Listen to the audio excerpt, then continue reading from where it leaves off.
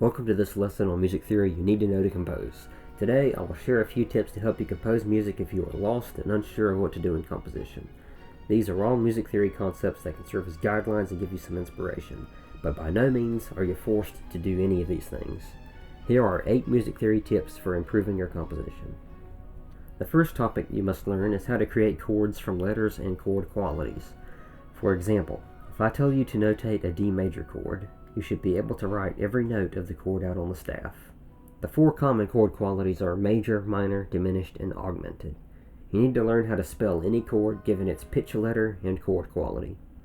You also need to become comfortable with writing and reading chords in different inversions. This is when we change the order of the notes in the chord. So for our example of D major, spelling it as D F sharp A would be root position, F sharp A D would be first inversion, and A D F sharp would be second inversion. The order of the top pitches doesn't matter, only the bass note determines the inversion. When the root of the chord is in the bass, the chord is in the root position. When the third of the chord is in the bass, the chord is in first inversion.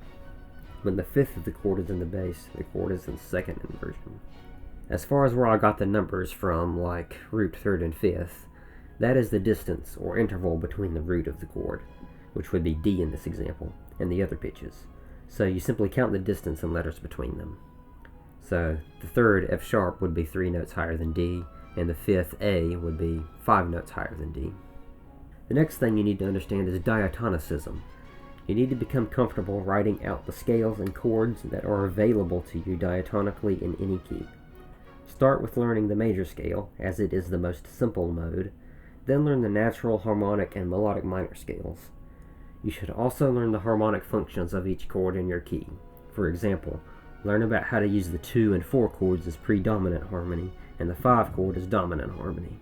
You'll also need to learn how to write cadences, or closes to phrases of music. To keep it simple, just learn the authentic cadences, as they are the most common.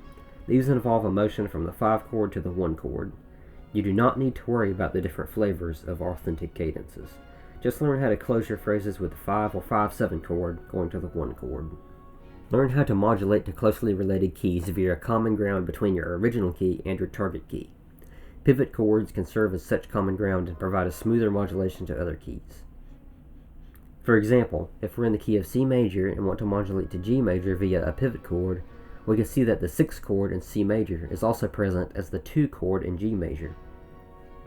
To continue with the modulation, we could write a 6 in C major, going to a 5/7 of G major, and then continue on in the key of G major. Using chord names, this example would look like C major, A minor, D dominant 7th, and finally G major. Another way to modulate to keys is by using a common tone modulation. A common tone modulation involves looking at whatever harmony is currently sounding and finding a single pitch that also belongs to another key. Common tone modulations provide a nice way to modulate to keys that are a third away from our original key. For example, if we're in the key of C major, we can see that the note E belongs in the key of C major, but it also belongs to the E major key, and so we can use that pitch to get us from C major to E major. Now this one is a little tricky. Since the diminished 7th chords are entirely symmetrical, with each pitch of the chord being a third away from another, we can see that there are only 3 unique diminished 7th chords. Diminished 7ths are spelled according to the direction in which they resolve, and with every pitch in the diminished 7th being a third away from each other, each pitch of the diminished 7th chord can be seen as the leading tone. Inharmonic modulations open up numerous possibilities, and it's worth getting some practice with resolving diminished 7th chords in different ways by simply respelling some of the pitches.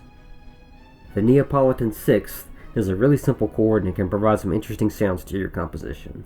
The Neapolitan Sixth is simply a name for a chord that is formally described with Roman numerals as flat 2/6.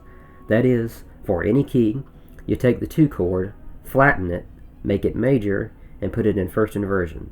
If you do this, you will end up with a chord that is called the Neapolitan Sixth, which is usually considered to be predominant harmony, so it usually goes before a 5 or 5/7 chord. The Neapolitan Sixth is more common in minor keys, but it can be used in major keys just as easily. As the name might imply, augmented 6th chords are chords that contain an interval of an augmented 6th. Augmented 6th chords usually resolve to the 5 chord. To construct an augmented 6th chord, Simply look at the root of your target 5 chord and write a note that is a minor second away from the root resolving up, and another note that is a minor second away from the root resolving down. This works best if your chord spans at least an octave with the root doubled. Now you should have 2 notes. The notes you add next will depend on what type of augmented 6th chord you want to write. You could write an Italian 6th, where you just add the tonic to the chord. You could write a German 6th, where you add the tonic plus flat scale degree 3. Or you could write a French 6th, where you add the tonic and scale degree 2. The type of augmented 6th chord you write is completely at your discretion as to which sound you want. So there you go. I've given you a few areas of study that will help you construct a palette of sounds and techniques for your composition. You can learn these in whatever order you wish, and you can even skip some of these tips. But I recommend studying most of them, as these topics will help you gain control and confidence over your music composition.